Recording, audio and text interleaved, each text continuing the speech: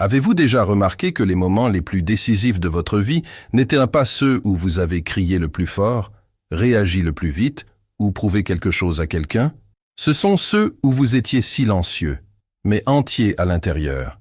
C'est pourquoi, aujourd'hui, je vous fais une promesse. Si vous apprenez à cultiver ce calme intérieur, celui qui ne dépend pas des circonstances, vous transformerez non seulement les conflits de votre vie, mais vous découvrirez une force dont vous ne soupçonniez peut-être même pas l'existence en vous. Une force qui ne s'impose pas. Elle ne crie pas. Elle n'a pas besoin de battre qui que ce soit. C'est la force qui transforme. Et cette force, selon Carl Jung, ne se trouve pas dans le domaine des autres, mais dans le domaine de soi-même. Elle naît de la conscience, de la présence et du choix profond de ne pas permettre au chaos du monde d'entrer et d'habiter notre cœur. Mais comment faire? Comment rester calme quand tout en vous a envie d'exploser? Quand l'autre élève la voix, vous taquine, vous accuse ou simplement vous ignore? Comment rester centré lorsque le monde vous pousse dans vos retranchements? La réponse peut venir d'un endroit improbable, un guerrier du Japon féodal, quelqu'un qui a gagné des dizaines de duels à mort et qui est devenu une légende vivante. Il s'appelait Miyamoto Musashi. Mais sa plus grande victoire n'a pas été remportée sur les autres. Elle l'a été sur lui-même. Et c'est là que l'histoire devient intéressante. Musashi n'était pas le plus fort, il n'était pas le plus rapide, ni le plus agressif, mais il était invaincu. Plus de 60 duels. Beaucoup d'entre eux ont été fatals, et pas un seul coup qui l'ait mis KO. Comment est-ce possible? La réponse réside dans une chose que la plupart des gens méprisent, le calme. Ce calme qui n'est pas de la passivité, mais une présence absolue. Ce calme qui n'est pas la peur, mais la maîtrise totale des émotions. Ce calme qui, selon les mots de Jung, est le lien entre l'ego conscient et l'inconscient qui observe, intègre et agit à partir de la totalité. Musashi n'a pas vaincu ses ennemis par la force. Il les a vaincus par la clarté. Il les a vaincus par le silence. N'est-ce pas ce que nous recherchons aujourd'hui? Dans un monde où tout est conflit, les médias sociaux, les relations, la circulation, la politique, la famille, l'anxiété, celui qui reste calme ne fuit pas la bataille. Il la transcende. Mais le calme, ce n'est pas quelque chose que l'on apprend dans les livres. C'est quelque chose que l'on incarne. C'est quelque chose que l'on pratique. C'est quelque chose que l'on respire. Musashi a élaboré 4 principes, dont le premier semble trop simple pour être vrai. Mais c'est ce qui sépare ceux qui tombent dans le piège émotionnel de ceux qui s'élèvent au-dessus du chaos. La distance émotionnelle. Cela semble contradictoire, n'est-ce pas? Qu'entendez-vous par distance?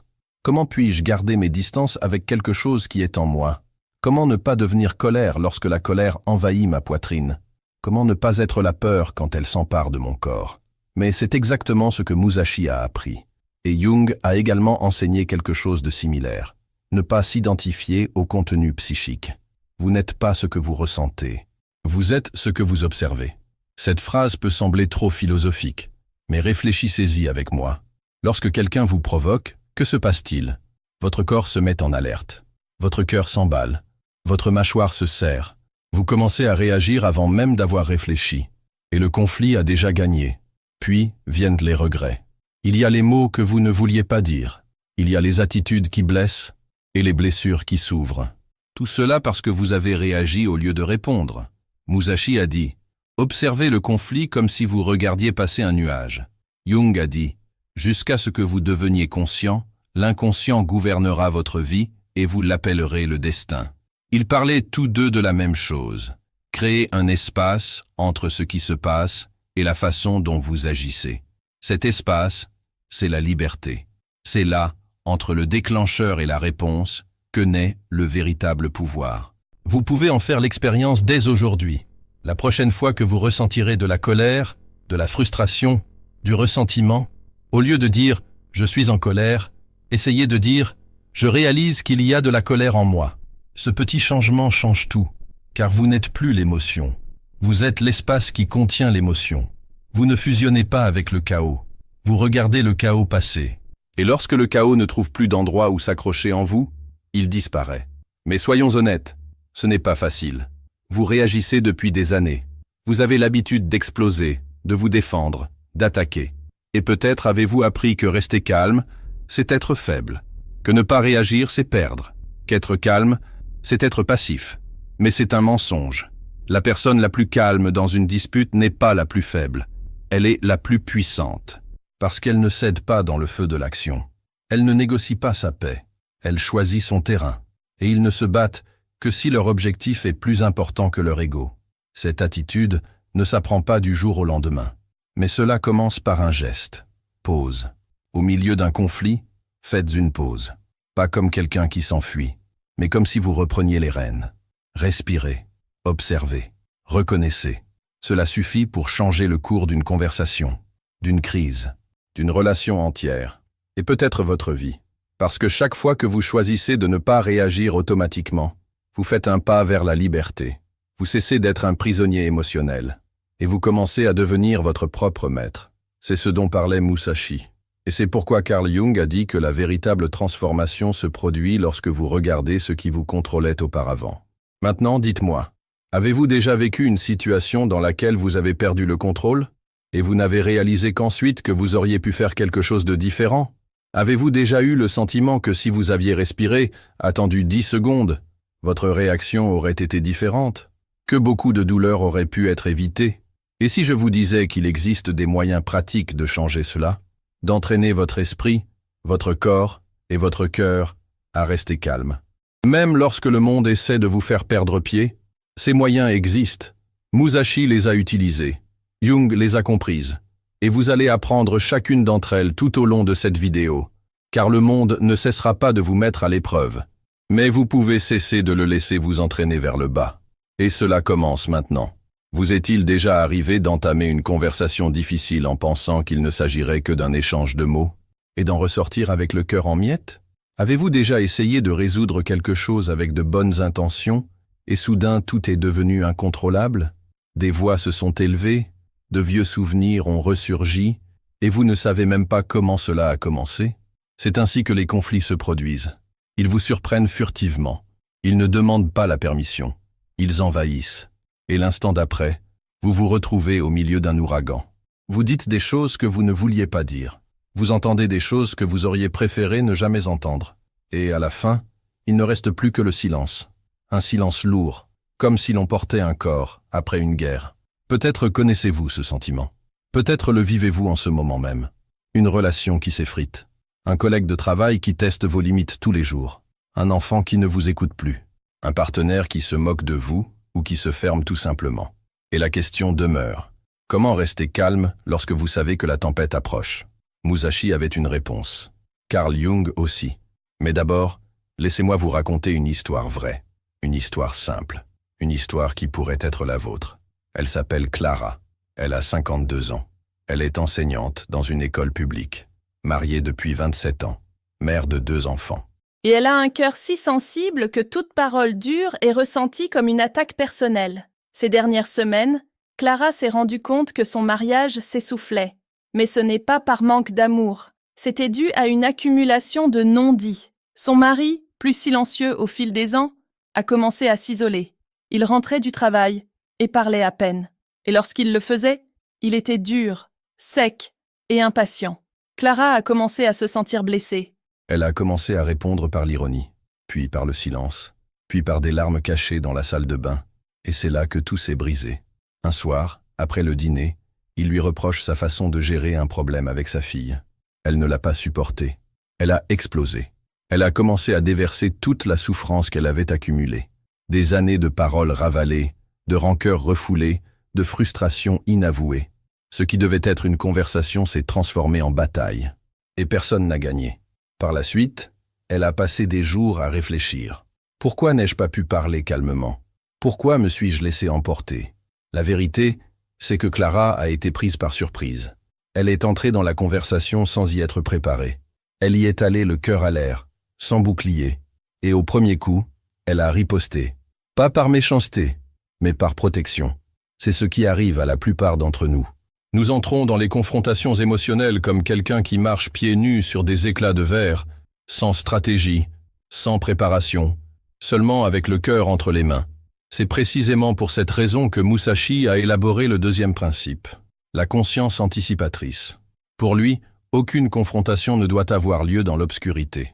Aucune conversation difficile ne devrait commencer sans une carte émotionnelle. Musashi étudiait ses adversaires avant de se battre en duel. Il observe leurs gestes, leurs vices, leurs peurs. Plus encore, il prédisait les mouvements avant même qu'ils ne se produisent. Lors du duel le plus célèbre de sa vie, contre Sasaki Kojiro, Musashi est arrivé délibérément en retard parce qu'il savait que Kojiro était impatient. Il a sculpté un sabre en bois légèrement plus long que celui de son adversaire, dans le seul but de le déstabiliser. Résultat, Musashi a gagné sans effort, parce qu'il avait déjà gagné avant même de combattre. Mais quel est le rapport avec sa vie? Tout à fait. Parce que dans le monde moderne, les duels ne se font pas à l'épée. Ils se déroulent avec des mots, avec des regards, avec des silences qui font plus mal que n'importe quel cri. Et vous pouvez apprendre à anticiper. Comment? En posant 3 questions simples avant toute conversation délicate. 1. Quel est l'état émotionnel de cette personne en ce moment? Est-elle fatiguée? En colère? Sur la défensive? 2. Qu'attend-elle vraiment de cette interaction? Veut-elle vous écouter? Veut-il se défouler? Veut-elle être comprise? 3. Quelles sont les 3 réactions les plus probables? Va-t-elle se fermer? Vous attaquer? Changer de sujet? Ces questions ne sont pas magiques, mais elles créent une carte. Elles vous sortent du pilote automatique. Et comme le dirait Jung, ce que nous n'affrontons pas dans notre inconscient deviendra notre destin. Lorsque vous anticipez l'état émotionnel de l'autre personne, vous évitez le piège de la surprise. Or, la surprise est ce qu'il y a de plus déstabilisant. C'est ce qui nous coupe le souffle. C'est ce qui nous fait crier alors que nous voudrions simplement parler. Prenons un autre exemple. Imaginez une mère de 60 ans, Regina. Elle s'est préparée à parler à son fils, âgé de 35 ans, de ses inquiétudes concernant son mode de vie. Elle savait qu'il pourrait réagir avec colère. Elle savait qu'il pourrait se défendre par le sarcasme. Et elle savait qu'il n'écouterait peut-être même pas. Alors, au lieu d'aller droit au but, Regina a utilisé les 3 questions. Elle a pris une respiration. Et elle a entamé la conversation en disant « Je sais que vous n'avez peut-être pas envie de l'entendre maintenant, mais je vous le dis parce que je tiens à vous, et je ne veux pas vous faire de mal. » Son fils s'est mis en colère, comme elle l'avait imaginé. Mais elle était déjà préparée émotionnellement. Elle n'a pas réagi. Elle n'a pas répliqué.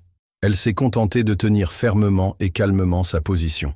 En fin de compte, son fils a non seulement écouté, mais il a réfléchi. Quelques jours plus tard, il l'a remercié. C'est la force de la prévoyance. Ceux qui comprennent que, dans le domaine émotionnel, le plus grand guerrier est celui qui écoute avant de parler, ressent avant de réagir et analyse avant d'exploser. Mais voici un détail essentiel. Anticiper n'est pas manipuler. Il ne s'agit pas de contrôler l'autre. C'est simplement préparer son propre cœur à ce qui peut arriver. C'est y aller avec le terrain tracé, pas avec la poitrine ouverte aux tirs croisés. Et cela change tout. Car lorsque vous vous préparez émotionnellement, l'autre personne s'en rend compte. Elle sent que vous n'êtes pas là pour gagner. Vous êtes là pour construire. Et cette énergie désarme. Cette présence transforme. Comme l'a dit Jung, se connaître soi-même est le début de toute sagesse émotionnelle. Et ne vous y trompez pas. Il s'agit d'une pratique. Il ne suffit pas de comprendre. Il faut pratiquer. Si vous voulez approfondir ce processus, si vous voulez apprendre à vous préparer émotionnellement avant vos confrontations internes et externes, il existe un moyen. Un chemin simple, mais puissant. Un chemin qui tient en 5 minutes par jour. C'est ce que je vous invite à explorer dans l'e-book Jung's LUD Method. 5 minutes a day for inner peace and mental clarity. La méthode LUD de Jung. 5 minutes par jour pour la paix intérieure et la clarté mentale. Vous y trouverez des pratiques quotidiennes, des réflexions et des lignes directrices basées sur les enseignements de Jung, adaptées aux véritables défis de votre vie quotidienne. Et si ce contenu vous a touché jusqu'à présent, e-book est la prochaine étape naturelle. Vous trouverez le lien direct vers ce livre dans la boîte de commentaires de cette vidéo. Maintenant, respirez et préparez-vous. Car dans la prochaine partie, nous allons explorer un principe qui relie tout cela. La respiration comme outil d'équilibre émotionnel.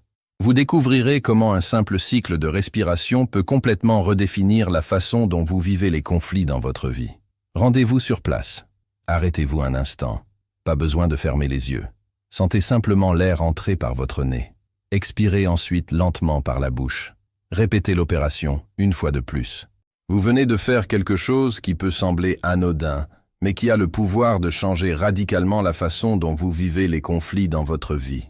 Maintenant, dites-moi, quand avez-vous fait attention à votre respiration pour la dernière fois, alors que tout s'écroulait autour de vous? La plupart des gens ne remarquent leur respiration que lorsqu'elle est déjà hors de contrôle, lorsque leur poitrine se serre, lorsque vous êtes à bout de souffle, lorsque l'anxiété frappe. Mais ce que presque personne ne réalise, c'est que la respiration est le premier réflexe qui change lorsque les émotions prennent le contrôle du corps. Et ça, Musashi le savait déjà. Des siècles avant que la science moderne ne le prouve, il s'était rendu compte, lors de duels, que le rythme de la respiration de son adversaire révélait son état d'esprit avant même le premier coup. Respiration courte, peur, haletante, la colère, tremblement, insécurité. Musashi n'attaquait pas au hasard. Il attendait le bon moment, le moment où son adversaire était déjà battu de l'intérieur. Car celui qui perd son air, perd son centre. Et celui qui perd son centre perd le combat, qu'il soit externe ou interne. Celui qui contrôle la respiration contrôle l'état d'esprit, disait-il. Et Jung, bien qu'avec des mots différents, a dit la même chose. Le corps est l'inconscient visible. Pouvez-vous en ressentir le poids? La respiration est le pont entre le visible et l'invisible, entre le corps agité et l'esprit silencieux, entre le chaos extérieur et la sérénité intérieure. Et la plupart des gens traversent ce pont comme quelqu'un qui marche dans l'obscurité, en trébuchant, en courant, sans se rendre compte du chemin. Et si je vous disais qu'il existe des moyens très simples, presque silencieux, de prendre le contrôle de votre respiration avant que le chaos ne vous engloutisse?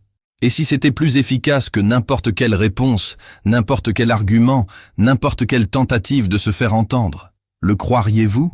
Dans une étude de l'université de Stanford, des scientifiques ont découvert qu'un seul cycle de respiration profonde et contrôlée active instantanément le système nerveux parasympathique, responsable du rétablissement de l'équilibre interne.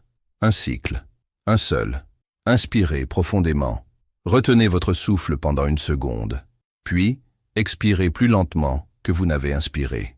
Cette différence, de 2 ou 3 secondes, suffit à interrompre la montée d'adrénaline qui se produit lors d'un conflit. Arrêtez-vous et réfléchissez. Combien de disputes auriez-vous pu éviter avec un seul cycle de respiration consciente? Votre esprit s'emballe, votre cœur s'accélère, votre voix s'élève. Et au milieu de tout cela, vous oubliez la chose la plus élémentaire, l'air. Musashi s'entraînait à porter des coups en contrôlant sa respiration. Il disait qu'un guerrier ne gagne pas par son seul sabre, mais en maîtrisant sa propre respiration. Et le souffle, ce n'est pas la force, c'est la cadence, c'est la présence, c'est la maîtrise de soi. Permettez-moi de vous faire part d'une curiosité. Dans les plus anciennes retraites de silence au Japon, il y avait une pratique dans laquelle le praticien devait couper une branche de bambou les yeux fermés, en synchronisant le mouvement de son bras avec le flux de sa respiration. Si la respiration était désynchronisée, le coup était faible. En cas d'anxiété, le bras tremble. Mais s'il y a harmonie entre le corps et l'air, la coupure est nette. Cette pratique n'avait rien à voir avec les arts martiaux. Il s'agissait d'équilibre interne. Combien d'entre nous portent une épée émotionnelle incontrôlée, coupant tout ce qui nous entoure, alors qu'en fait, ce qui manque, c'est une minute d'air conscient. Essayez maintenant. Oui, tout de suite.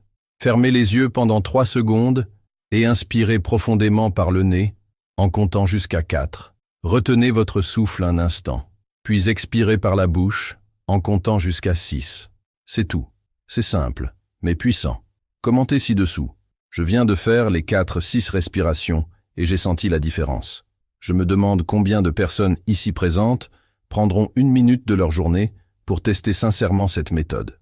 Le monde moderne nous vend l'idée que la maîtrise de soi est une question de volonté. Mais ce n'est pas le cas. La maîtrise de soi est une question de physiologie. Il s'agit de savoir que votre corps réagit avant votre esprit. Et si vous ne savez pas comment diriger votre physiologie, votre esprit sera un bateau sans gouvernail sur une mer agitée.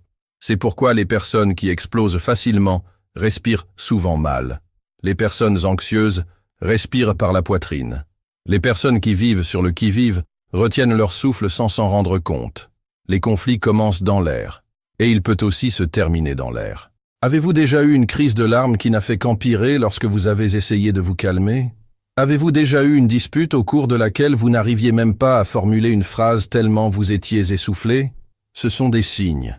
Votre corps essaie de vous dire « Revenez au centre. Écoutez-moi ». Mais nous avons appris à l'ignorer. Nous avons appris à argumenter, à justifier, à réfuter, mais pas à respirer. Maintenant, répondez à ma question dans les commentaires. Dans quelle situation de votre vie avez-vous le plus besoin de cette technique en ce moment? Écrivez honnêtement.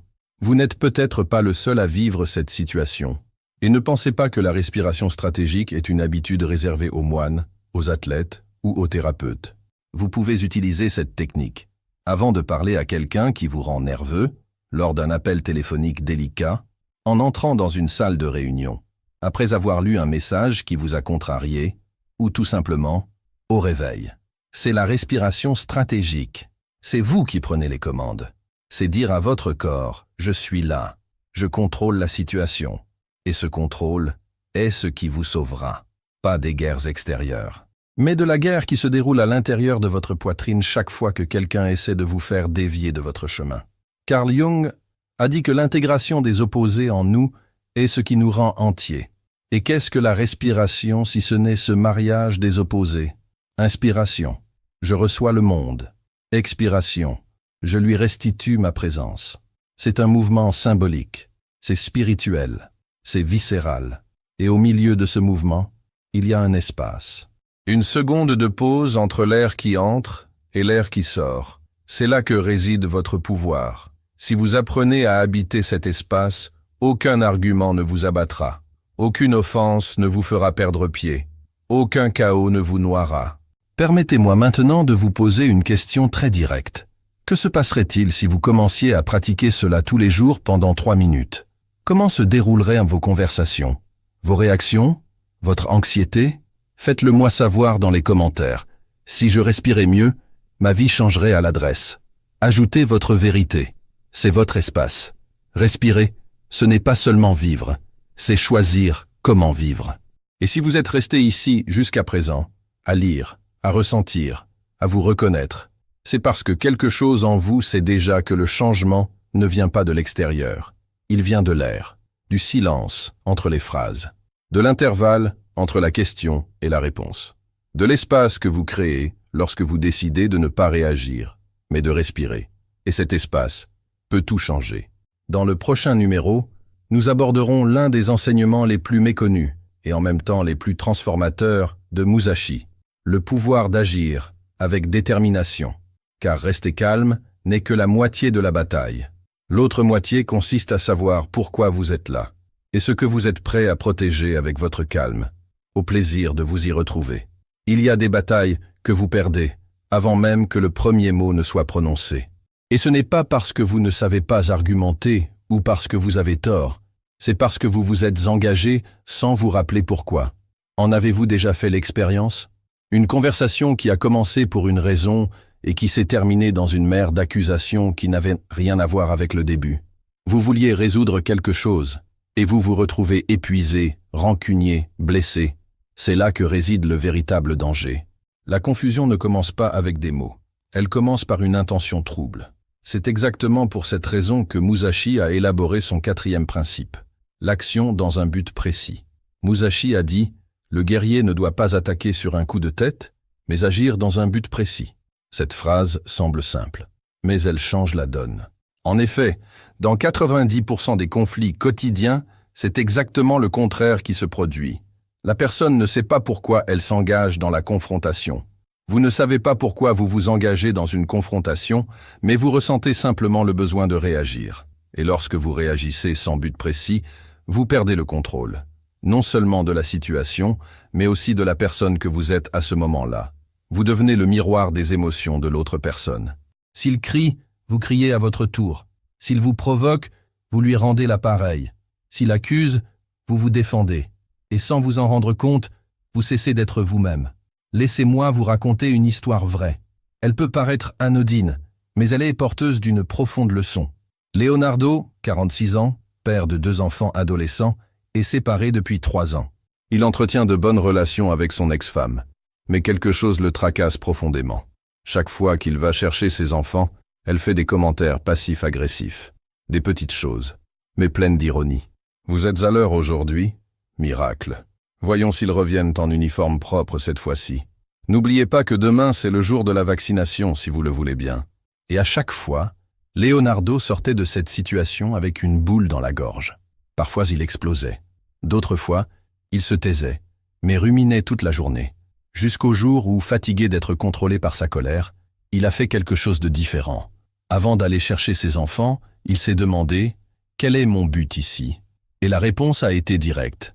Être là pour mes enfants, être la paix pour eux, même si cela entraîne la guerre. C'est avec cette idée en tête qu'il est arrivé, qu'il a écouté les commentaires. Et au lieu de réagir, il a respiré, il a souri, il les a remerciés, et il s'est concentré sur ses enfants. Pour la première fois, il est reparti léger. Non pas parce que la situation avait changé, mais parce qu'il avait changé. C'est ce qu'on appelle agir dans un but précis. C'est agir d'une manière qui sert sa vérité et non son ego. Et ce n'est pas de la faiblesse. Au contraire, c'est de la maturité émotionnelle. En fait, les recherches en psychologie comportementale montrent que les personnes qui définissent clairement leur objectif émotionnel avant une conversation difficile ont 40% de chances supplémentaires d'obtenir un résultat constructif et positif. Mais presque personne ne le fait. Et vous? Vous est-il déjà arrivé de vous arrêter 15 secondes avant une conversation et de vous demander « Pourquoi est-ce que je fais ça? Pourquoi est-ce que je fais ça? Qu'est-ce que j'attends vraiment de cette interaction ?» Si votre réponse est « Je veux gagner la discussion », attention, vous avez déjà perdu. L'université de Harvard a mené une enquête auprès de plus de 2000 couples en cours de séparation. La question était simple. Quand la relation a-t-elle commencé à s'essouffler?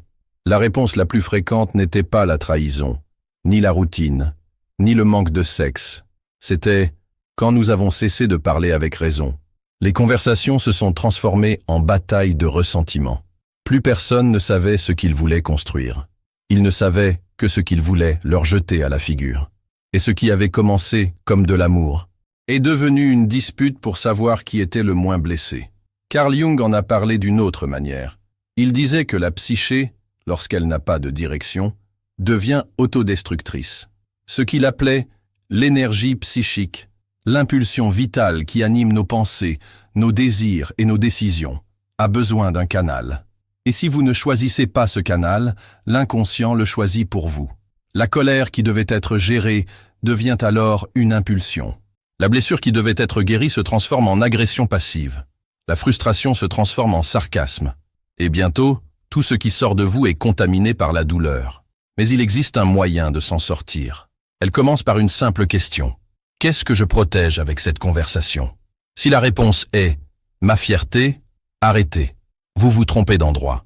Mais si c'est « je veux que cette relation reste saine », je veux être entendu sans perdre mon calme. Je veux prendre position sans détruire l'autre personne. Alors allez-y. Et allez-y en toute connaissance de cause. Vous souvenez-vous d'une situation dans laquelle vous avez perdu de vue votre objectif au milieu d'une confrontation? Si oui, partagez-la dans les commentaires en l'accompagnant de la phrase suivante « J'ai perdu mon centre lorsque… J'ai perdu mon centre lorsque… » et ajoutez votre histoire. Il ne s'agit pas d'un simple débordement. C'est un exercice de prise de conscience. Et peut-être que votre histoire aidera quelqu'un qui vit la même douleur en ce moment. Autre point important. Avoir un but ne signifie pas être passif. Cela signifie que vos émotions servent un objectif supérieur. Lorsque Musashi se battait en duel, il n'était pas froid. Il était centré. Chaque mouvement avait une raison. Chaque geste était une économie d'énergie. Et dans les comptes rendus de ces duels, c'est presque toujours l'adversaire qui s'est épuisé le premier, émotionnellement, physiquement et mentalement, parce qu'il se battait sous le coup de la colère, dans la précipitation, par peur de perdre. Musashi, lui, se battait avec détermination. Et la détermination, c'est ce qu'on ne négocie pas. Avez-vous déjà remarqué que certaines personnes semblent garder leur sang-froid même lorsqu'elles sont attaquées? Elles ne se défendent pas en criant. Elles ne cèdent pas au jeu de l'autre. Elles savent pourquoi elles sont là, et cela suffit. Ces personnes ne sont pas froides. Elles sont intentionnelles. Et la vérité, c'est que tout le monde peut être comme ça, mais peu choisissent de l'être. Parce que c'est un travail difficile. Il faut travailler pour s'arrêter, pour réfléchir, pour écrire son objectif. C'est un travail difficile que de prendre une respiration avant de répondre. Mais savez-vous ce qui demande le plus de travail? Réparez les dégâts d'une guerre qui n'aurait jamais dû commencer. Vous n'avez pas besoin de gagner tous les arguments, mais vous devez surmonter la tentation d'agir sans clarté. Et gagner cela change tout. Savez-vous pourquoi? Parce qu'une fois que vous abordez une confrontation en sachant clairement ce que vous protégez, qu'il s'agisse de votre paix, de votre dignité, de votre vérité ou de votre relation, vous ne perdez pas le nord. Et même si l'autre personne perd le contrôle, vous restez entier. Voici une invitation. Avant votre prochaine conversation difficile, avec votre partenaire, votre patron, votre enfant ou même vous-même, prenez une feuille de papier et écrivez. Mon objectif dans cette conversation est... Écrivez-le simplement. Soyez direct, clair, puis lisez-le 3 fois, à haute voix, si possible. Vous remarquerez, le corps change, l'esprit se tait, les émotions s'alignent, et le moment venu, les mots viendront avec une énergie différente. Musashi n'était pas calme parce qu'il était insensible. Il était calme parce qu'il savait ce qu'il défendait. Et c'est peut-être la leçon la plus importante de cette partie de notre voyage. Ne vous lancez pas dans une bataille sans savoir ce que vous voulez protéger. Car en fin de compte, le vrai guerrier n'est pas celui qui gagne tous les affrontements. C'est celui qui choisit judicieusement ceux qui comptent vraiment. Dans la prochaine partie, nous irons encore plus loin. Nous irons au-delà des conflits, au-delà de la colère, de l'ego et du contrôle. Nous allons parler de ce qui se passe lorsque vous n'avez plus besoin de réagir à quoi que ce soit. Parce que vous avez compris que le plus grand ennemi n'a jamais été l'autre personne, mais le désordre qui est en vous. Préparez-vous à découvrir comment transcender les conflits. Au plaisir de vous y retrouver. Vous êtes-vous déjà demandé pourquoi certains conflits se répètent dans votre vie, comme s'il s'agissait d'un schéma invisible? C'est comme si, peu importe où et avec qui, le même type de situation vous retrouvait. Les mêmes déclencheurs, la même douleur, les mêmes mots blessants. Vous essayez d'être plus calme. Vous essayez de mieux respirer. Vous essayez de prévoir le comportement de l'autre personne. Mais vous vous retrouvez toujours au point de départ, blessé et épuisé. Et vous vous interrogez. Pourrais-je un jour vraiment sortir de ce cycle? C'est ici que nous commençons à toucher le véritable cœur de l'enseignement de Musashi. Et de Jung aussi.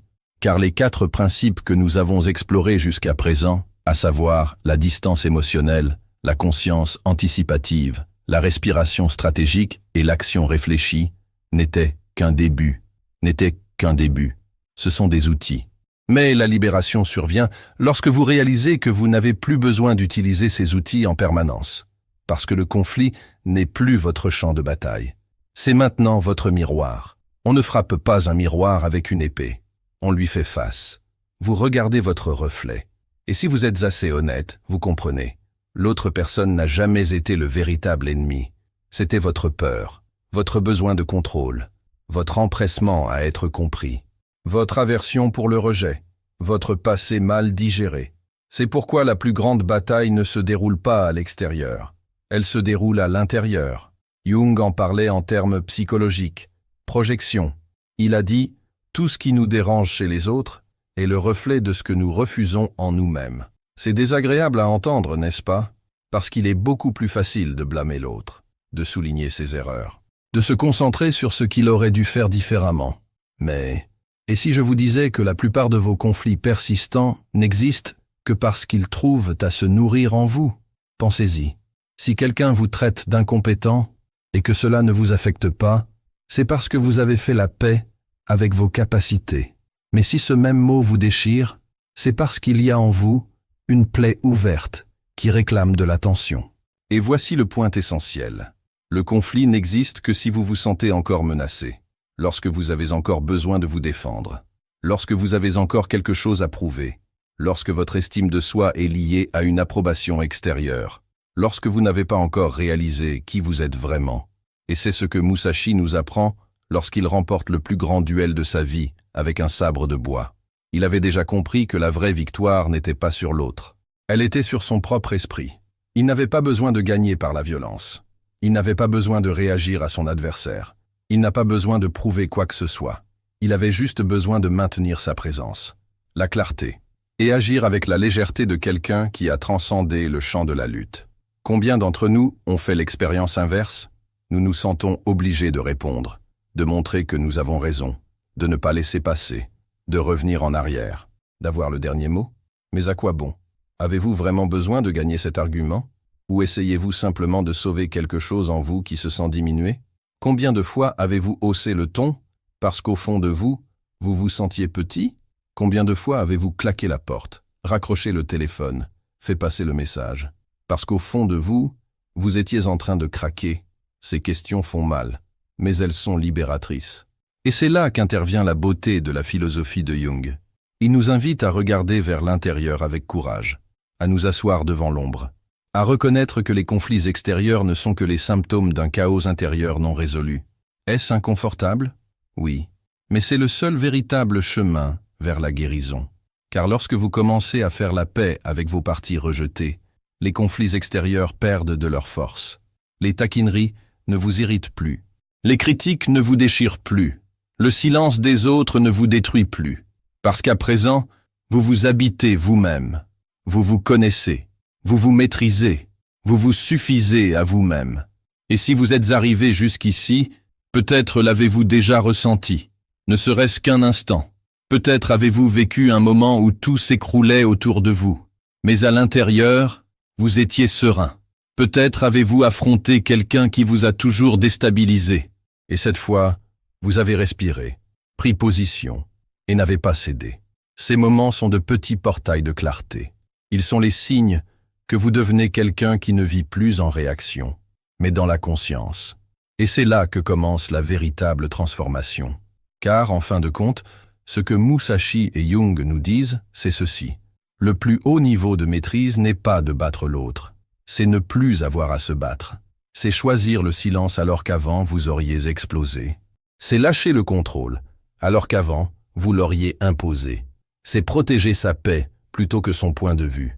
C'est se retirer alors que l'on aurait insisté jusqu'au sang. Et tout cela n'est pas de la lâcheté, c'est de la sagesse. Parce que maintenant, vous choisissez où dépenser votre énergie. Maintenant, répondez-moi franchement. Combien de batailles inutiles menez-vous encore? Dans les commentaires, partagez cette phrase. Je suis prêt à abandonner la bataille de... et ajoutez ce qui a du sens pour vous. Ce partage pourrait être le début de la fin d'un cycle que vous ne voulez plus répéter. Et si cette vidéo a résonné en vous, c'est que votre âme est prête à passer à l'étape suivante. Et le prochain pas n'est plus la théorie. Ce n'est plus de la réflexion. C'est l'action pratique.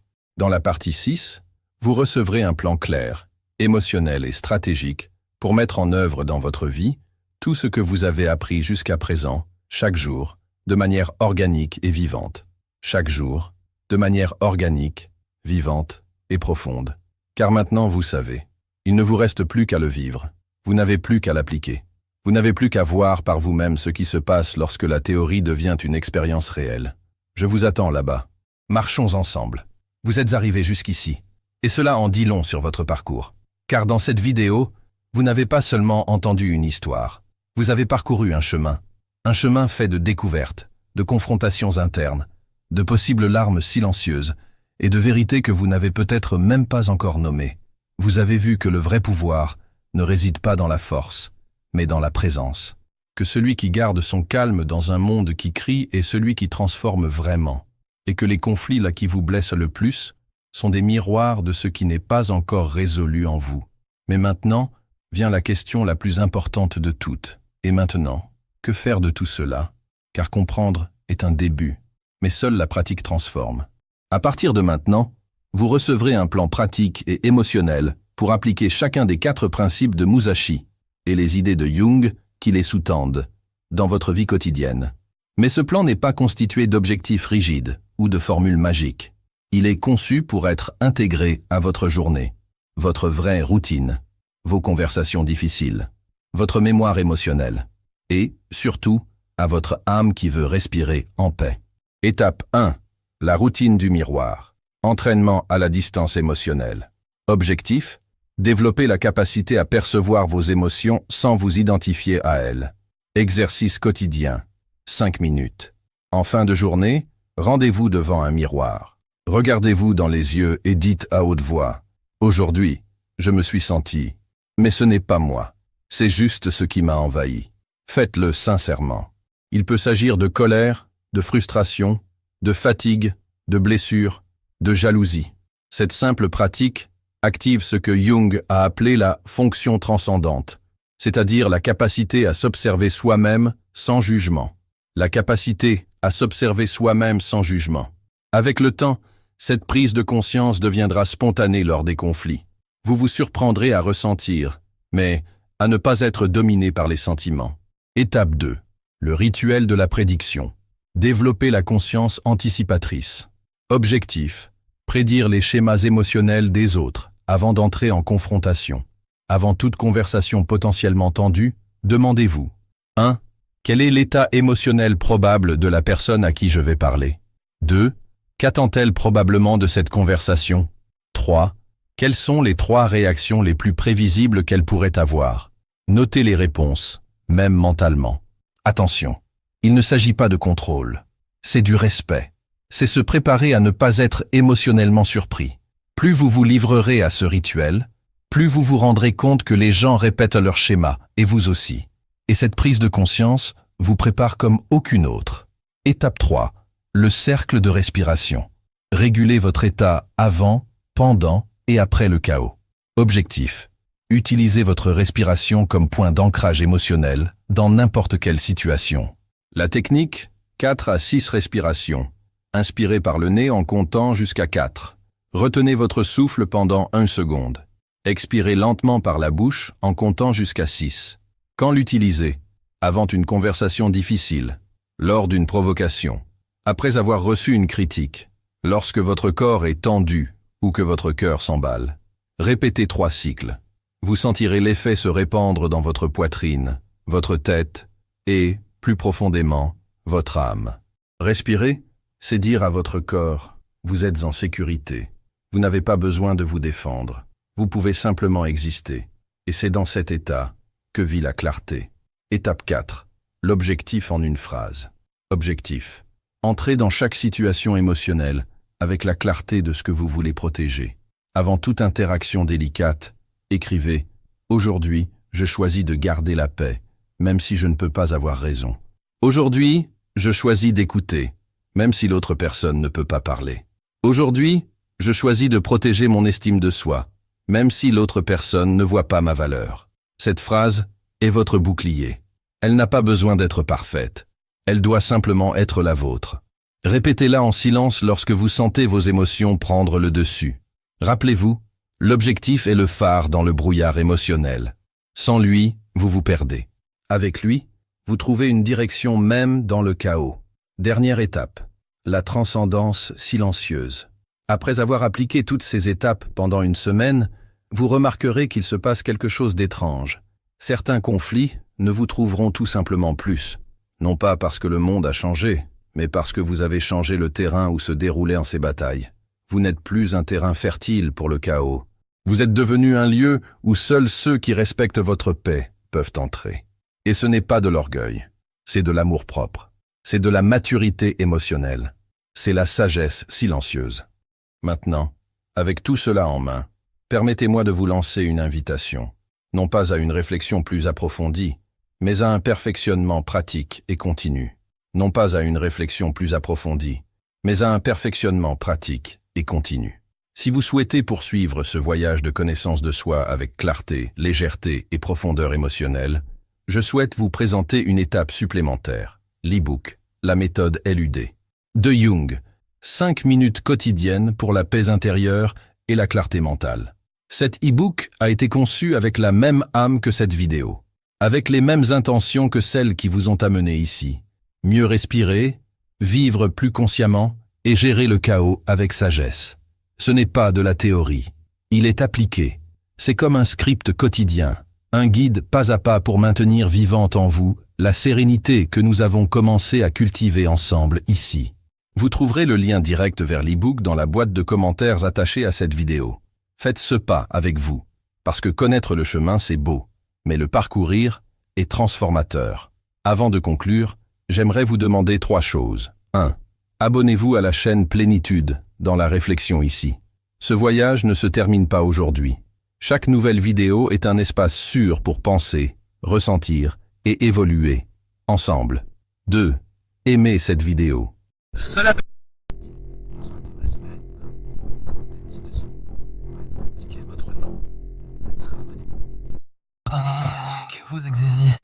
votre présence se ressentit. Après votre le droit peut être chaotique à l'extérieur. Mais ici, sur ce canal, dans cet espace, dans cette communauté, vous avez le droit d'être entier, même dans le silence. Et cela est le début de votre véritable liberté. Au plaisir de vous voir lors de votre prochain voyage. Avec amour, plénitude dans la réflexion.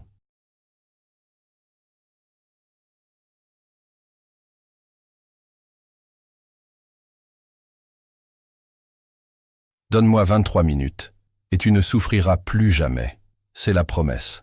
Forte, audacieuse, presque impossible à croire. Mais si tu acceptes de rester avec moi jusqu'à la fin de cette vidéo, si tu es prêt à me tendre la main et à marcher à mes côtés à travers les ombres que tu caches, même à toi-même, alors quelque chose changera, pas par magie, mais parce que, pour la première fois, tu verras clairement ce qui a toujours été là, juste devant toi. T'es-tu déjà demandé pourquoi ça fait si mal? Pourquoi même lorsque tout semble aller bien, un emploi stable, une relation apparemment paisible, des amis, une routine, il y a quand même cette oppression dans la poitrine. Ce silence inconfortable quand personne ne te regarde. Une angoisse sans nom, une fatigue que même le sommeil ne soulage pas. Quelque chose en toi crie au secours, mais tu ne sais pas exactement quoi. Peut-être as-tu déjà tout essayé. Méditation, conseils d'amis, ignorer la douleur en prétendant que tout va bien. Peut-être t'es-tu déjà caché derrière un sourire appris, alors qu'à l'intérieur, tout s'effondrait. Et pourtant, la douleur reste, persistante, discrète, silencieuse, comme une ombre qui ne te quitte jamais. Et c'est précisément de cette ombre qu'il faut parler. Carl Jung, l'un des plus grands noms de la psychologie, a dit une phrase qui a bouleversé la manière dont beaucoup comprennent leur souffrance. Tout ce que tu ne rends pas conscient revient sous forme de destin. Qu'est-ce que cela veut dire concrètement? Que tant que tu continues à enfouir ta douleur, à faire comme si elle n'existait pas, elle reviendra encore et encore, sous des formes différentes. Crise, sabotage, maladie, relations toxiques, insomnie, apathie, anxiété. Tu crois être aux commandes, mais en réalité, c'est la douleur qui dirige ta vie, parce que tu refuses de lui faire face. Peut-être que personne n'a jamais eu le courage de te le dire clairement, mais je vais le faire maintenant. La plus grande partie de ta souffrance ne vient pas de l'extérieur, elle vient de l'intérieur. Elle vient de cette partie de toi qu'on a fait taire, de l'enfant qu'on n'a pas écouté, de l'adolescent qui a dû grandir trop vite, de l'adulte qui a appris à vivre à moitié, pour ne pas déranger. Ta douleur est un appel. Elle ne veut pas être soignée avec des citations de développement personnel ou des solutions instantanées. Elle veut être comprise. Elle veut être écoutée. Elle veut te montrer ce que tu es devenu et à quel point tu t'es éloigné de qui tu es vraiment. Peut-être que tu es au fond du gouffre en ce moment même, ou peut-être au bord d'un effondrement émotionnel, souriant à l'extérieur, hurlant à l'intérieur. Ou peut-être que tu as simplement appris à vivre avec la douleur, comme quelqu'un qui apprend à marcher avec un caillou dans la chaussure, en pensant que c'est normal. Mais ce n'est pas normal. Tu n'es pas né pour souffrir en silence. Tu n'es pas né pour jouer un rôle secondaire dans ta propre vie. Et cette souffrance qui ne te quitte pas est là pour une seule raison. Tu n'as pas encore eu le courage de regarder son origine. Jung a dédié sa vie à explorer le territoire le plus inconnu et négligé qui soit, l'âme humaine. Il savait que seuls ceux qui ont le courage de plonger dans leur obscurité peuvent un jour trouver la vraie lumière. Cette vidéo est une invitation. Mais ce n'est pas une invitation légère. C'est un appel profond à ne plus fuir, à regarder ce qui fait mal, à écouter ce que tu ignores depuis trop longtemps. Et si tu acceptes, je te promets une chose. Au bout de ces 23 minutes, tu ne seras plus le même. Pas parce que tu seras quelqu'un d'autre, mais parce que, peut-être pour la première fois, tu seras enfin toi-même. Allons droit au but. Tu penses que tu souffres à cause de ton patron, de ton couple, de l'argent, de la société, de la pression, des attentes. Et oui, tout cela a un poids. Mais ce n'est que la surface. La vérité la plus brutale et la plus libératrice, c'est que la douleur qui t'épuise vraiment, celle qui te ronge même dans le silence, vient d'une déconnexion. Une déconnexion avec toi-même. Depuis petit, tu as appris à te conformer, à devenir ce qu'on attendait de toi, à ne pas déranger, à suivre les règles. Et petit à petit, tu t'es éloigné de toi. Tu as appris à plaire, à sourire quand tu voulais pleurer, à te taire quand tu étais en colère, à cacher ta tristesse comme si elle était honteuse. Et aujourd'hui, tu portes une douleur sans nom, une douleur qui ne crie pas, mais qui consume. Tu t'es habitué au rôle qu'on t'a assigné, mais ton âme le sent. Elle sent que tu vis une fausseté. Et alors, elle commence à crier. Elle crie sous forme d'anxiété, d'apathie, de crise de larmes soudaines, d'envie de tout quitter sans savoir pourquoi. Elle crie à travers ton corps, maux d'estomac quand tu es avec la mauvaise personne. oppression quand tu dois te taire, fatigue sans raison, insomnie que même la méditation ne soigne pas. La douleur est le langage de l'âme, et tu l'as ignoré trop longtemps. Jung disait que la souffrance est le début de la transformation, qu'elle ne vient pas pour te détruire, mais pour te ramener à la maison. Elle est là pour te rappeler que tu t'es perdu, que tu vis une vie qui n'est pas la tienne, que tu fais semblant d'être quelqu'un que tu n'es pas, que tu t'éloignes, chaque jour un peu plus, de ton vrai toi. Et ça, mon ami, ma sœur, ce n'est plus supportable. Tu n'as pas besoin de te détruire pour être accepté. Tu n'as pas besoin de te trahir pour être aimé. Tu n'as pas besoin de te cacher pour être reconnu. Mais tant que tu continues à le faire, la douleur restera. Elle viendra te voir la nuit, te surprendra dans les silences, t'empêchera d'être heureux pour de vrai. Peut-être que maintenant tu te demandes « Et qu'est-ce que je fais de tout ça ?» Mais cette question n'est pas encore pour maintenant. D'abord, tu dois te permettre de ressentir, de reconnaître, de regarder, de dire tout haut « J'en ai assez de faire semblant. Je suis fatigué de porter ce que je ne peux même pas nommer. Je suis prêt à arrêter de fuir. » Parce que c'est à cet instant précis, ce point de rupture, que la transformation commence. Quand tu arrêtes de vouloir tout réparer et que tu commences enfin à t'écouter, dans les prochaines minutes, tu vas entamer un voyage que peut-être personne ne t'a jamais proposé. Nous allons parler de ton ombre, des monstres intérieurs que tu fais semblant de ne pas voir, des parties de toi que tu caches, même à toi-même, et de la façon dont tout ce que tu redoutes de regarder est précisément ce qui peut te libérer. Mais d'abord, sois honnête avec toi-même. Es-tu vraiment prêt à arrêter de fuir? Es-tu prêt à cesser de faire de ta douleur ton identité? Prêt à laisser tomber ce que les autres attendent de toi pour devenir enfin qui tu es vraiment? Si la réponse est oui, alors reste avec moi. Dans la prochaine partie, nous ouvrirons la porte la plus redoutée de la psyché humaine, et ce que nous y découvrirons pourrait bien tout changer à jamais. C'est pour cela que nous avons créé l'e-book, la méthode LUD de Jung. 5 minutes par jour pour la paix intérieure et la clarté mentale. Parce que nous avons compris que le véritable changement ne vient pas d'une grande révélation, mais de pratiques simples qui te reconnectent à ton essence. Un guide direct, profond et léger pour ceux qui veulent retrouver leur âme un peu plus chaque jour. Le lien pour télécharger l'e-book se trouve dans le commentaire épinglé sous cette vidéo. Et maintenant que tu as commencé à te souvenir de qui tu es, dans la prochaine partie, nous allons parler de la partie de toi que tu redoutes le plus de voir, mais qui, si elle est comprise, peut devenir ta plus grande alliée sur le chemin de la guérison. L'ombre. Ne manque pas ce moment. Tu viens à peine de commencer à te voir. Ah là.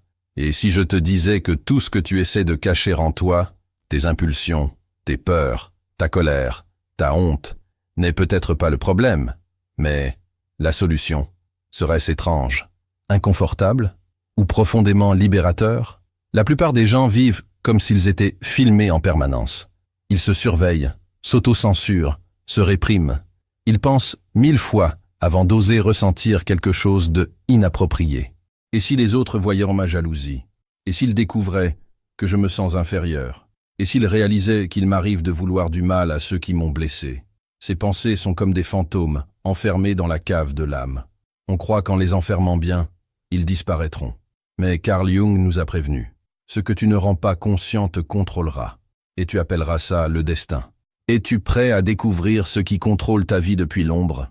L'ombre, selon Jung, c'est tout ce que tu as refoulé, caché, nié en toi au fil des années. Pas seulement ce qui est moralement mauvais, mais aussi ce qui était mal perçu, mal compris, ou tout simplement trop inconfortable pour être accepté. L'ombre, c'est cette partie de toi qui se tait pour plaire. C'est le cri étouffé quand tu ravales ta fierté pour ne pas paraître agressif. C'est la jalousie que tu refuses d'admettre. C'est le désir inavouable, même sous la torture. Et voici une vérité brutale. Plus tu nies ton ombre, plus elle te gouverne. T'es-tu déjà surpris à exploser de colère pour une broutille? As-tu déjà saboté quelque chose de beau, sans raison? As-tu déjà ressenti une forme de plaisir face à la souffrance de quelqu'un qui t'a blessé, ne serait-ce qu'un instant? C'est elle, c'est l'ombre qui agit pour toi. Elle s'infiltre dans tes choix, tes relations, tes silences. Tu crois avoir le contrôle, mais bien souvent, c'est la partie refoulée de toi qui tient le volant. Mais voilà ce qui change tout. L'ombre ne veut pas te détruire. Elle veut te montrer qui tu es vraiment, et non qui tu prétends être. As-tu déjà envisagé que ce qui te fait le plus peur en toi est peut-être ce qui a le plus besoin de ta compassion? As-tu déjà cessé de fuir ton propre reflet? C'est la question qui distingue ceux qui vivent endormis de ceux qui s'éveillent. Affronter l'ombre, ce n'est pas facile. Tu devras reconnaître que oui, tu es en colère, que oui, tu ressens de l'envie, que oui, tu désires parfois te venger, que oui, tu as déjà blessé quelqu'un, et que peut-être, tu portes encore des blessures qui ont déformé ton âme, et auxquelles tu t'es habitué. Mais voici ce que peu de gens comprennent. Il ne s'agit pas d'éliminer l'ombre. Jung n'a jamais parlé de la supprimer. Il a parlé d'intégration. Et qu'est-ce qu'intégrer? C'est regarder ce côté de toi, laid, sombre, honteux, et lui dire « Je te vois, je comprends d'où tu viens, et maintenant, je vais apprendre à te connaître avec conscience. » C'est comme s'agenouiller devant un enfant blessé, enragé, hurlant, et au lieu de lui dire de se taire, lui poser la question « Pourquoi pleures-tu? Qu'est-ce qu'on t'a fait ?» Imagine que toutes les fois où tu as voulu t'isoler, toutes les fois où tu t'es saboté, toutes les fois où tu as détruit quelque chose de bon dans ta vie, sans comprendre pourquoi, ce n'était pas de la faiblesse, c'était ton ombre qui criait « Écoute-moi s'il te plaît, j'existe ». Le plus grand mensonge qu'on nous fait croire, c'est qu'on est seulement ce qu'on montre, seulement ce qui est beau, agréable, acceptable. Mais tu es un tout, lumière et obscurité, douceur et colère, pardon et rancune. Et tant que tu refuses de regarder cette totalité avec honnêteté, ton âme restera incomplète. Tu vas continuer à tomber dans les mêmes schémas, à te sentir incompris, vide, épuisé. Et peut-être qu'en ce moment même, tu écoutes cela en pensant « Mais par où commencer? Comment faire face à ce que j'évite depuis des années ?» La réponse est simple, avec courage et curiosité. Tu n'as pas besoin de tout comprendre. Tu dois t'asseoir avec tes monstres et les écouter. Prends une feuille aujourd'hui. Écris. Écris ce que tu ne dirais jamais à voix haute. Écris ta vérité crue, nue, inconfortable. Pas pour les autres, pour toi, pour te voir. Car seulement quand tu auras le courage de te voir sans filtre, la transformation commencera. Et plus encore, commente ci-dessous, si tu as le courage. Quelle partie de toi évites-tu le plus? La colère? La culpabilité? La jalousie? La peur? Écris avec sincérité, pas pour les autres, pour toi, pour ancrer ce moment, pour sceller l'engagement envers ton ombre. Qui sait, peut-être que ton témoignage aidera quelqu'un qui mène la même bataille. Parfois, ce que tu as peur de montrer est exactement ce que quelqu'un a besoin de voir pour guérir. Maintenant, respire, parce qu'on va aller encore plus loin. Tu veux te libérer, n'est-ce pas? Arrêter de répéter les mêmes erreurs, sentir plus de légèreté, de clarté, de sens. Alors tu dois savoir ceci. L'ombre n'est pas un trou noir, c'est une mine d'or spirituelle. Ce que tu redoutes le plus d'affronter est ce qui peut le plus te fortifier. Dans ton ombre, il y a ta force refoulée, ta voix étouffée, ton élan bloqué par peur du rejet, ton instinct domestiqué au nom de l'acceptation. Ce que tu rejettes te fragilise, ce que tu intègres te libère. Et cette libération n'est pas joyeuse ou spirituellement éclairée, c'est brut, réel, viscérale. C'est une vérité qui ne te laisse plus rentrer dans les espaces où tu survivais à peine. Une clarté qui transforme même tes silences en révolution. C'est le moment où tu arrêtes de t'excuser d'être entier et où tu commences à assumer pleinement ce que tu ressens. Et écoute, tu n'as pas besoin de plus de réponses pour l'instant. Tu as besoin de vérité, de présence et d'une humilité assez grande pour admettre que ta part sombre a quelque chose à t'enseigner. Et elle t'enseignera. Mais seulement si tu as le courage de rester, de ne pas fuir ta propre présence, de ne pas mettre une distraction, une vidéo, une excuse, une nouvelle fuite par-dessus ce moment. Es-tu prêt à faire ça? Parce que si tu l'es, alors ce qui vient ensuite est encore plus profond. Dans la prochaine partie, nous allons parler de comment traverser l'enfer émotionnel les yeux ouverts. Comment passer de la compréhension théorique à l'action brute, réelle, transformante. Tu connais maintenant ton ombre. Mais, et maintenant, que faire avec elle? Ne t'arrête pas ici. Ton âme ne fait que commencer à s'éveiller. Il y a un moment dans la vie de chaque être humain où la douleur cesse d'être un simple signal d'alerte et devient une croisée des chemins. Ce moment où tu sais déjà ce qui fait mal. Tu sais d'où ça vient. Tu as compris que tu t'es fui toi-même pendant trop longtemps. Et pourtant, malgré toutes ces réponses, la souffrance est toujours là. C'est un moment cruel, parce qu'il n'y a plus l'anesthésie de l'ignorance. Maintenant, tu vois le masque, tu vois l'autosabotage, tu vois le cycle, mais tu n'arrives pas à en sortir. Et cela crée une douleur encore plus grande. La douleur de la conscience sans mouvement. La douleur de celui qui s'est éveillé, mais qui est encore enchaîné. Carl Jung appelait cette étape la confrontation avec l'ombre. Parce que savoir ne suffit pas, il faut agir. Mais comment agir face à quelque chose que tu as refoulé toute ta vie? Comment regarder en face la partie la plus obscure de toi-même sans reculer? C'est ici que commence la traversée la plus difficile et la plus libératrice de ton existence. Et pour te l'expliquer, je vais te raconter une histoire vraie. L'homme qui écoutait son estomac. En 1975, le psychologue de renom Sidney Jourard mena une étude marquante. Il analysa environ 500 patients en thérapie et découvrit un fait bouleversant. Plus de 70% d'entre eux présentèrent des symptômes physiques liés à une répression émotionnelle chronique. Parmi eux, un homme nommé Daniel, 42 ans, cadre, marié, 2 enfants, aucune maladie diagnostiquée. Mais Daniel vivait avec une douleur constante à l'estomac. Les examens étaient normaux, l'alimentation équilibrée, une vie saine en apparence. Mais la douleur persistait. Un jour, son thérapeute lui posa une simple question. « Qu'est-ce que tu avales depuis des années ?» Silence, larmes, effondrement. Daniel pleura comme un enfant, pendant près de 20 minutes. Et à la fin, il murmura « J'avale ma vie ». C'était ça. Ce mariage qu'il ne voulait plus, mais qu'il n'osait pas quitter.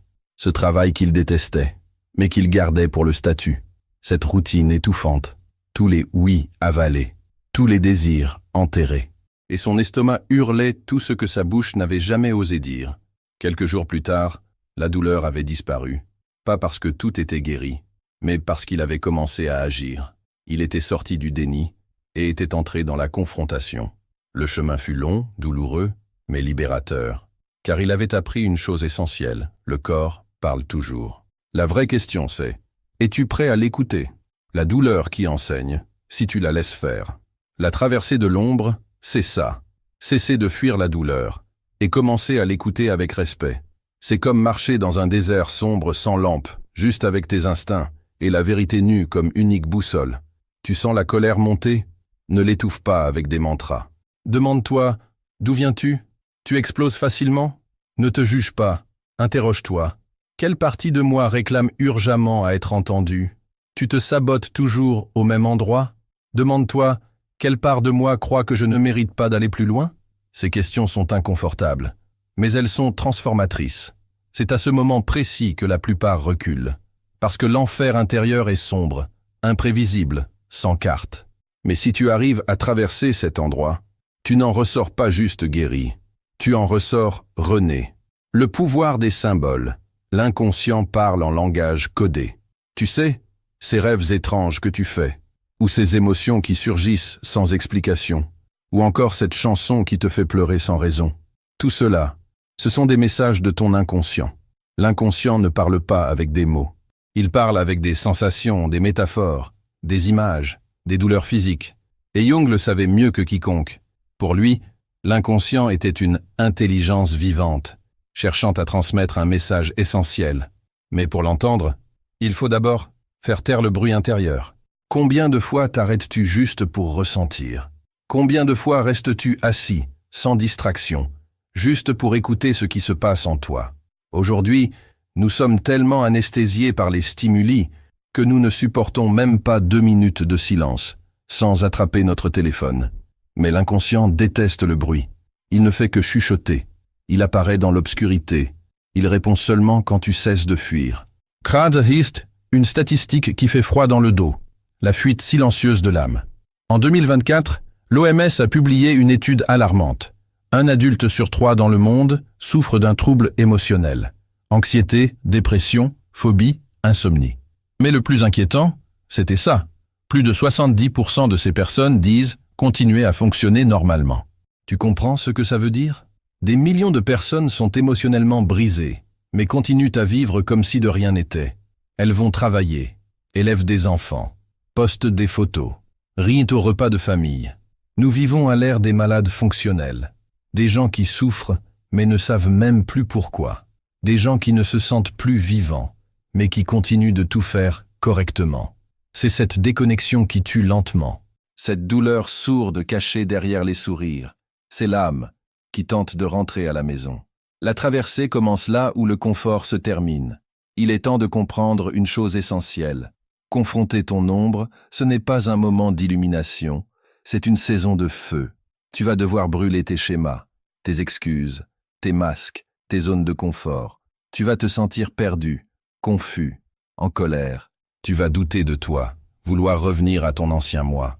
Mais souviens-toi, le vrai changement désorganise avant de réorganiser. Il démolit avant de construire. Il dissout avant de révéler. C'est comme rénover une maison. Au début, ça a l'air pire qu'avant. Mais c'est parce que tu jettes enfin ce qui ne soutenait plus ton âme. Et voici un exercice simple mais puissant. Ce soir, avant de dormir, écris les 3 situations qui t'étouffent le plus en ce moment. Et pour chacune, réponds avec brutalité et honnêteté.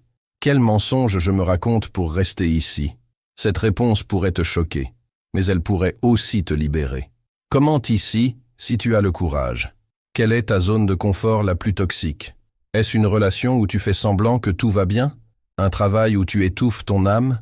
Une version de toi que tu maintiens juste pour plaire? Écris, pas pour moi, pour toi. Écris pour ne pas oublier. Écris pour ancrer ce moment. Et peut-être que tes mots aideront quelqu'un qui mène le même combat que toi. Maintenant, respire profondément. Parce que la prochaine partie va changer ta façon de voir la douleur. Elle va te montrer que cette souffrance que tu as tant évitée peut devenir le plus grand allié de ta guérison. Ne t'arrête pas maintenant. Tu es de plus en plus proche de rentrer chez toi. Tu es venu jusqu'ici. Tu as lu ou écouté chaque mot, chaque vérité inconfortable, chaque miroir qui t'a peut-être renvoyé une image trop crue. Tu as affronté la déconnexion. Tu as senti le poids du masque. Tu as regardé ton ombre. Et maintenant, tu es là. Le cœur qui bat plus vite. Le souffle court. Et cette question qui résonne dans ton esprit. Et maintenant? Peut-être que jamais personne ne te l'a dit avec autant de clarté. Alors je vais le faire. La souffrance n'est pas ton ennemi. C'est ta carte. Oui, ce que tu as passé ta vie à éviter. Ce que tu as étiqueté comme malchance, châtiment, karma ou faiblesse. Ce que tu as anesthésié avec du travail, de la nourriture, des distractions ou même la religion. C'était exactement ce qui avait le plus besoin d'être entendu. Carl Jung le savait mieux que quiconque. Pour lui, la douleur était un processus symbolique, un langage de l'âme qui tente de dire, à travers les larmes et les silences, ce que tu n'as jamais su exprimer avec des mots. Mais le monde ne nous apprend pas à écouter la douleur. Il nous apprend à la taire. Depuis l'enfance, on entend « ce n'est pas le moment de pleurer ». Ravale tes larmes. Lève-toi et avance. Comme si ressentir la douleur était une erreur, un échec. Alors qu'en réalité, la douleur est la naissance d'une nouvelle partie de toi. As-tu remarqué que presque tous les grands tournants de ta vie sont survenus après une chute, après une perte, un traumatisme, un effondrement? Pourquoi crois-tu que l'âme choisit les moments les plus sombres pour se réorganiser? La réponse est à la fois simple et bouleversante. Parce que c'est dans le chaos que tombent les mensonges. C'est quand tout s'écroule que tu es forcé de regarder ce qui compte vraiment. C'est quand le sol disparaît que tu es enfin obligé de regarder à l'intérieur, là où se trouvait la seule encre réelle depuis toujours. Quand le corps parle, c'est l'âme qui crie. Sortons un instant de la philosophie. Revenons dans le quotidien, celui de la personne qui se réveille épuisée, qui vit avec une boule dans la gorge, qui porte une tristesse sans nom et une fatigue que le sommeil ne soigne plus. Savais-tu que, selon l'université de Harvard, plus de 90% des maladies ont un fort composant émotionnel? Maladies auto-immunes, problèmes digestifs, douleurs chroniques, migraines, insomnie. Dans beaucoup de cas, le corps crie parce que l'âme est restée silencieuse trop longtemps. Et la médecine moderne commence enfin à accepter ce que Jung disait depuis des décennies. Lorsque l'inconscient est ignoré, il devient symptôme. C'est l'estomac qui se noue chaque fois que tu ravales ta vérité. C'est la colonne qui plie quand tu portes des fardeaux qui ne sont pas les tiens. C'est la peau qui gratte quand tu refuses de toucher ce que tu ressens. C'est le cœur qui s'emballe quand tu marches là où ton âme ne veut plus aller. Le corps est la scène où les émotions non résolues jouent leur drame. La douleur comme boussole. Que cherche-t-elle à te montrer? Imagine la souffrance comme un professeur sévère, mais entièrement dédié à ton évolution. Elle ne te heurte pas pour te punir. Elle te pique, te dérange, t'agace, parce qu'elle sait que tu es en train de te trahir.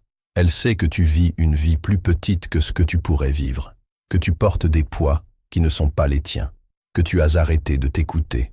Et elle refuse de te laisser dormir en paix tant que tu n'es pas revenu à toi. Mais voici la clé. La douleur n'insiste que quand tu refuses de l'écouter. Quand tu acceptes vraiment de l'écouter, quelque chose change. Ce n'est pas qu'elle disparaît, c'est qu'elle se transforme. Ce qui était fardeau devient prise de conscience. Ce qui était bruit devient direction. Ce qui était désespoir devient sens. Tu commences à comprendre que cette relation qui t'a brisé, cette perte qui a ouvert un gouffre en toi, cette déception que tu jures ne pas avoir encore surmontée, ce n'étaient pas des punitions, c'était des portails, des passages obligés vers un lieu que tu n'aurais jamais atteint seul, le centre de ton âme. Une histoire qui ouvre les yeux, la rose née du traumatisme. Il était une fois une femme nommée Elvira. Elle avait 61 ans lorsqu'elle a commencé à ressentir une angoisse profonde. Veuve depuis 3 ans, ses enfants étaient grands, une retraite tranquille. Et pourtant, elle se sentait disparaître de l'intérieur. Elle a consulté des médecins, fait des examens. Tout était au normal. Mais elle savait que quelque chose n'allait pas. Elle disait « On dirait que mon âme est en deuil, mais personne n'est mort ». C'est dans un groupe de soutien émotionnel qu'elle a osé parler. Et en parlant, elle a fondu en larmes. Pas pour ses enfants, ni pour son mari, ni pour sa solitude, mais pour elle-même.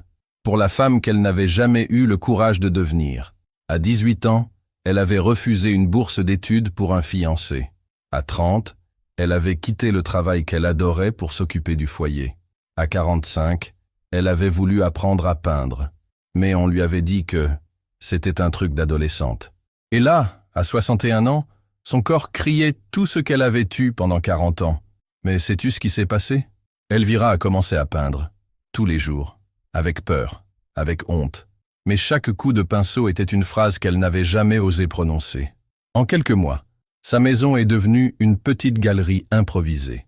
Le plus incroyable, ses douleurs physiques ont disparu. L'insomnie s'est envolée. La tristesse a perdu son pouvoir. Pas parce que la vie était devenue parfaite, mais parce qu'elle avait réinvesti sa propre âme. Toi aussi, tu peux revenir. Le but de ce que tu es en train de vivre ici, ce n'est pas seulement de comprendre la douleur, c'est de découvrir ce que tu peux en faire. Tu n'es plus la même personne que celle qui a commencé cette vidéo. Tu sais maintenant que ta douleur n'est pas une faiblesse.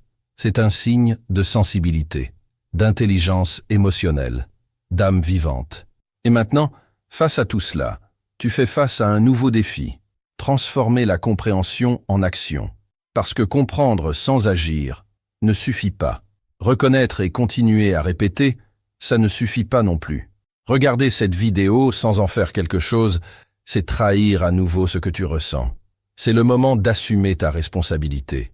C'est le moment de regarder dans le miroir et de dire « ça suffit, maintenant, c'est moi pour moi ». Et maintenant. Maintenant arrive l'étape la plus importante de toutes. Mettre en œuvre. Transformer tout ce que tu sais en pratique. Convertir ce que tu as ressenti en action. Appliquer tout ça, petit à petit, dans ta vie réelle. Dans la façon dont tu te regardes. Dans la manière dont tu te lis aux autres. Dans ce que tu acceptes, ce que tu refuses. Dans ce que tu dis oui. Et surtout, dans ce à quoi tu apprends enfin à dire non. Dans la prochaine partie, nous allons construire un plan concret, profond et sensible. Un pont réel entre ce que tu as compris et ce que tu es prêt à vivre.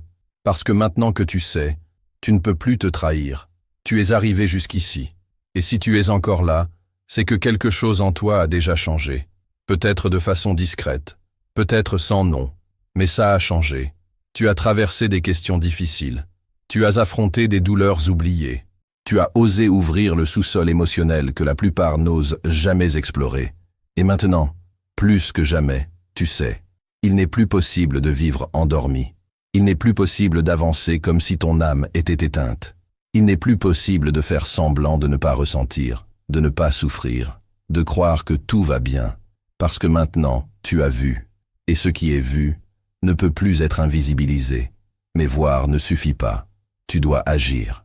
Et c'est là que commence le véritable défi. Comment appliquer tout cela? Comment transformer la conscience en routine, la réflexion en présence, la connaissance en libération? C'est exactement ce que tu vas découvrir maintenant. Mais avant tout, respire profondément. Pose ta main sur ta poitrine. Ferme les yeux un instant et dis en silence « Je m'autorise à revenir vers moi ». C'est là que tout commence. Asebasasfa, un plan pour revenir. 7 chemins pour intégrer l'ombre et guérir la souffrance. Ce plan n'est pas une recette magique. C'est une boussole, un appel, une traversée. Il ne repose pas sur des solutions toutes faites, mais sur des pratiques réelles, simples et profondément transformatrices. 1. Installe l'habitude du silence intérieur. Consacre 5 à 10 minutes par jour à ce que Jung appelait l'écoute intérieure. Ce n'est pas une méditation classique, mais une présence radicale avec toi-même. Assieds-toi en silence, ferme les yeux, ressens ton corps, et demande-toi « Qu'est-ce qui crie en moi aujourd'hui ?» L'inconscient ne parle qu'à ceux qui s'arrêtent pour écouter. 2. Pratique l'écriture de l'ombre. Prends un cahier que personne d'autre ne lira. Et chaque jour, écris ce que tu as honte de ressentir.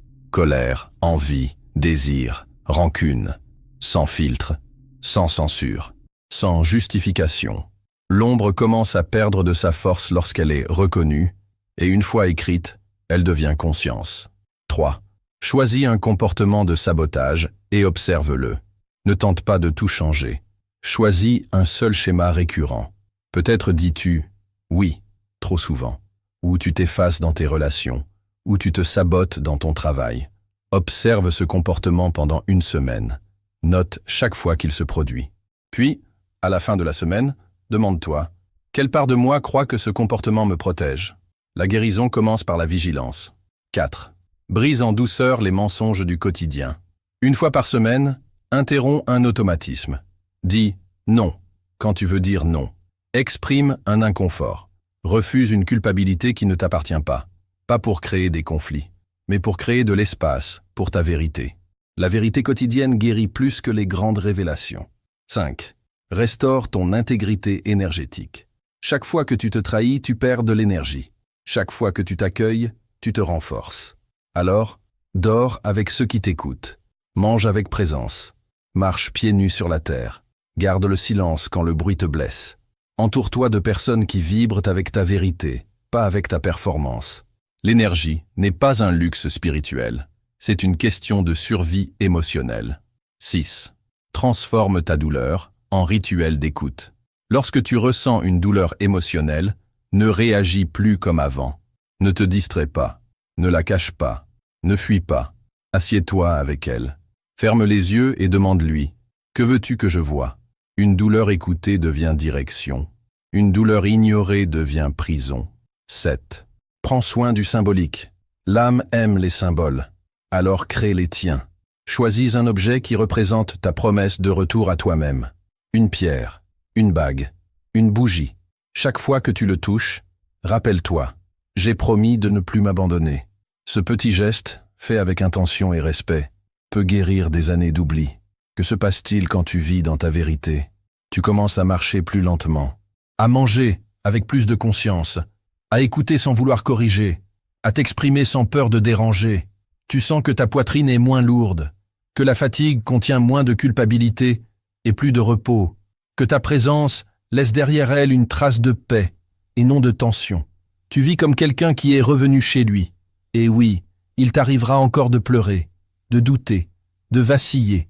Mais maintenant, il y a une différence radicale. Tu sais où revenir. Tu sais qu'il est possible de prendre soin de ta douleur avec dignité. Tu sais que tu n'as plus besoin de faire semblant. Tu sais que tu peux te reconstruire, même en morceaux. Et surtout, personne ne peut occuper ta place dans ce monde. parce qu'elle ne peut être remplie que par la personne que tu es vraiment. Et si tu veux faire un pas encore plus solide, tu peux continuer seul, tu peux noter ce plan et l'appliquer par toi-même. Mais si tu ressens que tu as besoin d'un guide simple, quotidien, pratique et profond, quelque chose qui t'aide à maintenir cette reconnexion, alors je veux te recommander quelque chose de très spécial. L'e-book La méthode LUD de Jung, 5 minutes par jour pour la paix intérieure et la clarté mentale, a été créé exactement pour cela.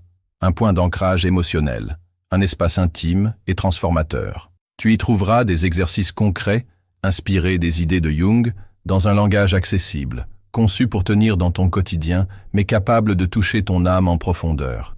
Si tu veux le découvrir, le lien est dans le commentaire épinglé de cette vidéo. Peut-être que c'est exactement ce qu'il te manque pour transformer tout ce que tu as appris ici, en une nouvelle manière de vivre. Maintenant, c'est à toi. Si cette vidéo a touché ton âme d'une quelconque façon, je te demande une chose. Ne garde pas cela pour toi. Clique sur « J'aime », commente, même anonymement, le passage qui t'a le plus bouleversé. Ce partage, même silencieux, peut être ce qui empêchera une autre personne d'abandonner. Et si tu veux continuer à recevoir ce type de contenu, si tu veux aller encore plus loin dans la pensée de Jung, dans les réflexions sur l'âme, la guérison, le sens, abonne-toi maintenant à la chaîne Plénitude M Réflexant. Ici, tu ne seras jamais juste un spectateur de plus. Tu es quelqu'un qui a décidé de rentrer chez soi. Et sur ce chemin, tu ne seras jamais seul.